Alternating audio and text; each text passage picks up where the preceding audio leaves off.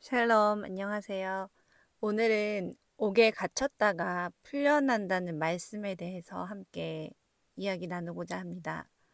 어, 먼저 말씀을 보겠습니다. 사도행전 12장 5절로 6절 말씀. 이에 베드로는 옥에 갇혔고 교회는 그를 위하여 간절히 하나님께 빌더라. 헤롯이 잡아내려고 하는 그 전날 밤에 베드로가 두 군사 틈에서 두 쇠사슬에 매어 누워 자는데 파수꾼들이 문 밖에서 옥을 지키더니 호련히 주의 사자가 곁에 섬에 옥중에 광채가 조요하며 또 베드로의 옆구리를 쳐 깨워 가로되 급히 일어나라 하니 쇠사슬이 그 손에서 벗어지더라. 아멘. 이번에는 사도행전 16장 22절로 26절 말씀입니다. 무리가 일제히 일어나 송사하니 상관들이 옷을 찢어벗기고 매로 치라 하여 많이 친 후에 옥에 가두고 간수에게 분부하여 든든히 지키라 하니 그가 이러한 명을 받아 저희를 깊은 옥에 가두고 그 발을 착고에 든든히 채웠더니 밤중쯤 되어 바울과 실라가 기도하고 하나님을 찬미하며 죄수들이 듣더라. 이에 호련히 큰 지진이 나서 옥터가 움직이고 문이 곧 열리며 모든 사람의 매인 것이 다 벗어진지라. 아멘. 사도행전 12장은 베드로가, 또 사도행전 16장은 바울과 실라가 옥에 갇혔다가 풀려나는 장면을 말씀하고 있습니다. 이것은 사도들의 행적을 통하여서 하나님께서 우리에게 영의 생명의 말씀을 또한 주시는 것입니다. 옥에 갇히는 것은 율법의 매인바 되는 그것을 가리킵니다. 그리고 거기서 풀려난다는 것은 율법에서 진리로 구원받는 과정을 보여주는 것임을 알 수 있습니다. 예수님도 이 일이 반드시 필요한 것을 여러 번 말씀하셨습니다. 누가복음 12장 58절 59절 말씀. 내가 너를 고소할 자와 함께 법관에게 갈 때에 길에서 화해하기를 힘쓰라. 저가 너를 재판장에게 끌어가고 재판장이 너를 관속에게 넘겨주어 관속이 옥에 가둘까 염려하라. 내게 이르노니 홀이라도 남김이 없이 갚지 아니하여서는 결단코 저기서 나오지 못하리라 하시니라. 아멘. 또 누가복음 21장 10절로 13절 말씀입니다. 또 이르시되 민족이 민족을 나라가 나라를 대적하여 일어나겠고 처처에 큰 지진과 기근과 온역이 있겠고 또 무서운 일과 하늘로서 큰 징조들이 있으리라. 이 모든 일 전에 내 이름을 인하여 너희에게 손을 대어 핍박하며 회당과 옥에 넘겨주며 임금들과 관장들 앞에 끌어가려니와 이 일이 도리어 너희에게 증거가 되리라. 아멘. 예수님은 제자들에게 이 같은 말씀을 하셨습니다. 이들이 옥에 갇히고 거기서 풀려나는 일이 있어야 한다고 말씀을 하셨고 베드로와 바울 사도의 행적을 통해서 이것을 또한 실제 나타내 보이셨습니다. 이것은 영적으로 말씀하면 율법에서 완전히 풀려나 자유하는 진리가 되는 과정을 설명하신 것입니다. 갈라디아서 2장 19절로 20절 말씀입니다. 내가 율법으로 말미암아 율법을 향하여 죽었나니 이는 하나님을 향하여 살려 함이니라.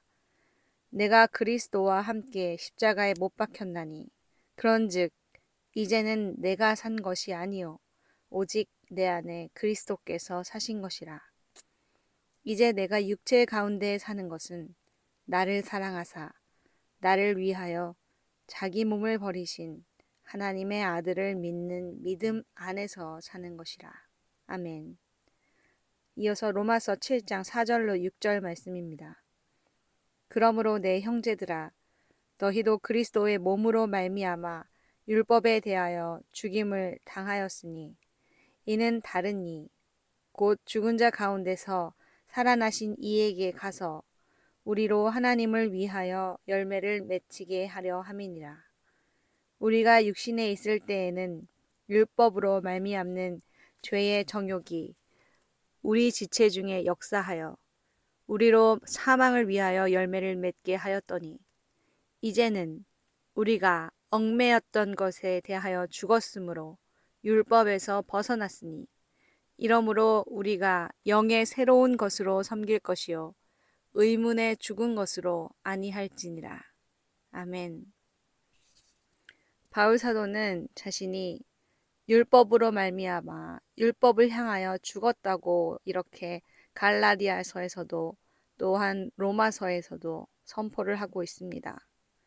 그리스도와 함께 즉 그리스도의 몸으로 말미암아 율법에 대하여 죽임을 당하였다는 것입니다. 율법에 대하여 죽기 전에 율법에 대한 살아있는 상태였을 때를 육신에 있을 때라고 표현하고 있습니다. 그때는 율법으로 말미암는 죄의 정욕이 우리 가운데 역사하여서 사망을 위한 열매를 맺었던 것이지만 얽매였던 것에서 죽었을 때 율법에서 비로소 벗어났고 그 상태에서 죽은 자 가운데서 살아나신 이에게로 가서 하나님을 위한 열매를 맺게 된다고 말씀하고 있습니다. 이것이 무엇입니까? 결국 우리가 이 땅에서 육체의 생명이 있을 동안에 이 일들이 모두 이루어져야 한다는 것을 말씀하고 있습니다. 육체의 생명이 있는 동안에도 육신에 매어 있을 때가 있고 육신에서 벗어날 때가 있음을 분명히 말씀하고 있고 그 상태로 옮겨가야 함을 말씀하고 있습니다. 결국 우리가 이 땅에서 육체의 생명이 있을 동안에 육신에 매어 율법의 종로를 타고 있는 상태에 있다가 율법으로 말미암아 율법을 향하여 죽어서 율법에서 벗어나서 그리스도로 말미암아 하나님께 대하여 살아있는 상태가 되어서 곧 그리스도로 사는 상태로 변하여야 한다는 말씀입니다. 이것이 곧 옥에 갇혔다가 풀려난다는 그 말씀을 말하는 것입니다. 그러므로 먼저 의문에 묵은 것인 율법에 매일 필요가 있습니다. 이것이 반드시 필요합니다.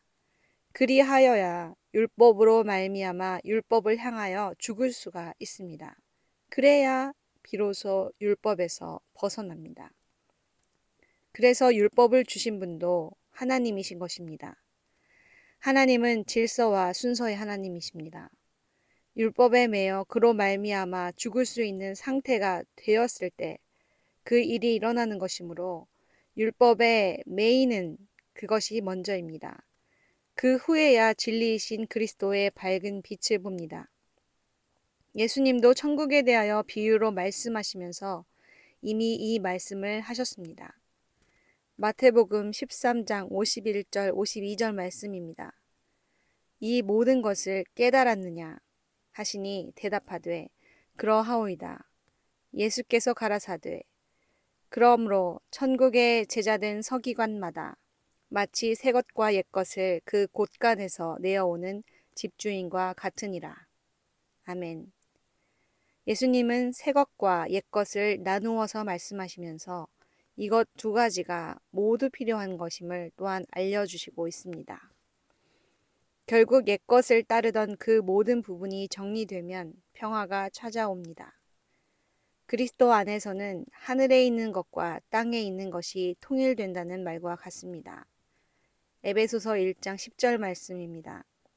하늘에 있는 것이나 땅에 있는 것이 다 그리스도 안에서 통일되게 하려 하심이라. 아멘. 이것은 마태복음에서 예수님이 가르쳐 주신 기도가 이루어지는 것을 말합니다. 마태복음 6장 10절 나라의 임하옵시며 뜻이 하늘에서 이룬 것 같이 땅에서도 이루어지이다. 아멘. 하늘과 땅이 결합하여 나눔이 없이 하나가 된 상태가 곧 그리스도 안에서 통일된 상태입니다.